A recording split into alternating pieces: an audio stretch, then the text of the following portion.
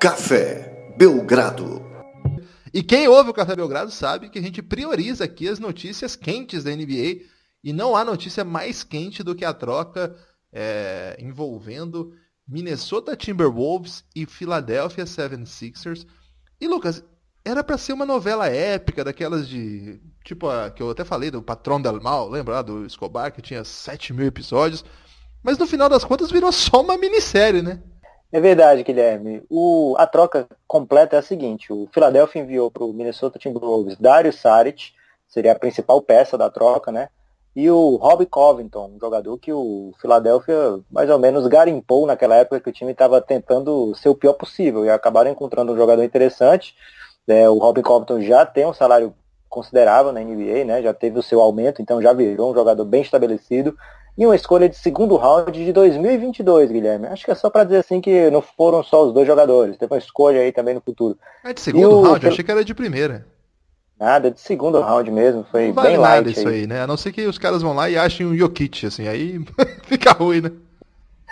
E o Philadelphia recebe, então, Jimmy Butler, o grande centro da polêmica, né? A grande estrela que pediu para ser trocado dessa off-season.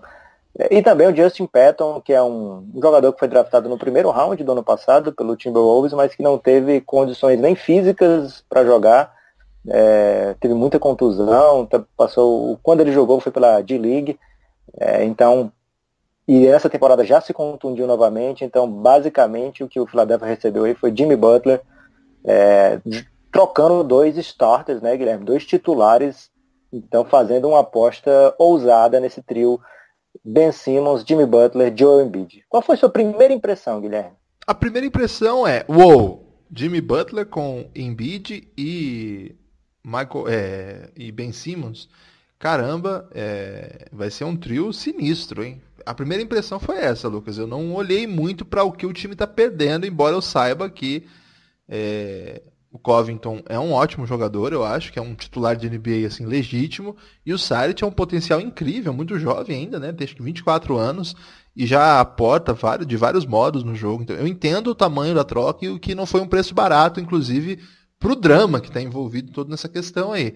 Mas eu tive a impressão que o Philadelphia deu uma atacada animadora, pelo menos dá uma agitada num time que a gente esperava que nos primeiros momentos dessa temporada já apresentasse uma evolução, que eu não sei se chegou a apresentar, não. Eu tava esperando mais do Philadelphia esse ano. Então talvez essa chacoalhada aí seja uma espécie de combustível para ver se o time consegue atingir seu potencial. E o Jimmy Butler é um cara que vai ter que aprender a lidar com jovens. É a primeira coisa que eu penso depois de me empolgar com essa troca. É verdade, Guilherme. Vamos começar então pelo Philadelphia. O Philadelphia estava com a campanha até agora perfeita em casa, né? 7 vitórias em 7 jogos. E errática, muito ruim fora de casa. Apenas 1 vitória e 5 derrotas. Mas, no geral, a equipe está lá em terceiro do leste, no momento, né, atrás de Toronto Raptors e Milwaukee Bucks, empatado com Pacers. Então, assim, teoricamente, não estava no momento daquele drama, naquele pânico. Mas quem viu os jogos dos Sixers e quem viu o Philadelphia terminando a temporada passada com uma sequência enorme de vitórias, né, Guilherme? Sabe que o time não estava rendendo já o que tinha conseguido no ano passado. Aí a gente pode lembrar que o time perdeu alguns arremessadores, como Ilyasova e Bellinelli, não repôs muito bem isso aí nesse ramo, né? Wilson Chandler ainda não é um fator na equipe, e o Markelle Fultz, que eles promoveram para titular, não tinha mostrado ainda, no primeiro momento, merecer, digamos assim, essa posição em conteste de titularidade, né, Guilherme?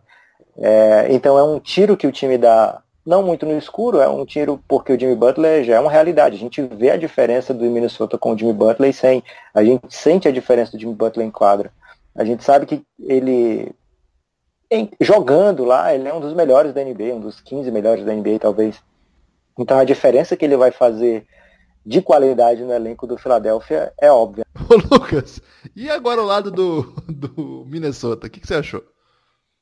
Cara, eu achei ótimo pro circo que estava se tornando, né? É verdade. Porque acho que eles venceram essa troca, né? Que a gente viu muitas vezes ao longo do tempo na NBA são esses times que seguram demais o seu jogador, acabarem de pires vazio, né? Pires na mão e perder o cara sem conseguir nada em troca, né? Sem E tava um drama, né, Lucas? Porque o GM queria uma coisa, que é o Thibodeau, e o dono queria outra, e tava um disse-me-disse, né? O que eu tô achando, a minha primeira reação, Guilherme, dessa troca, foi lembrar da troca do Carmelo pro Denver Nuggets, quando Nossa, mas foi uma troca, um pacotão, né? o Knicks mandou pro Denver Nuggets o Gallinari, o Wilson Chandler e mais uns caras, cara. Umas escolhas futuras, né? Não tinha... não tinha muita escolha não, mas tinha, ainda tinha escolha, é verdade. Mas fora as escolhas tinha muito cara, muito jogador. E o time do Knicks, que vinha dando certo com esse grande número de jogadores e o Amar'e Stoudemire como o seu líder, acabou ficando estranhão, né? Porque quando o Carmelo chegou, tiveram lá um ano bom, mas depois que o Amar'e Stoudemire se machucou, o time ficou sem depth nenhuma, né, Guilherme? Ficou um time muito curto e se complicou para os anos futuros. Então, assim, apesar de ser apenas 2 jogadores, eram 2 jogadores que estavam tanto com a cara do Philadelphia, já que tinham já eram titulares já há 2 anos e já tinham, quer dizer, o Bob até mais tempo do que isso. Então, assim, pareceu que mandaram uma parte da identidade desse Philadelphia para o Minnesota. Essa parte me preocupou pro lado do Philadelphia, mas eu achei que foi uma boa sacada do Thibodeau. Pegar esses 2 jogadores, são jogadores que, apesar de serem mais experientes do que esses caras do Minnesota, pela idade, né, são mais rodados, basquetebolisticamente falando, do que Andrew Wiggins, e já jogaram playoff e tal. Eles são caras que estavam acostumados a já ficar nessa posição de coadjuvante, né, Guilherme? O cara que faz o jogo sujo, o cara que não se importa em não ter muito arremesso naquele jogo, um cara que passa a bola, que vai rodar para procurar o Towns. Então são caras que eu acho que vão fazer muito bem a rotação do Minnesota Timberwolves.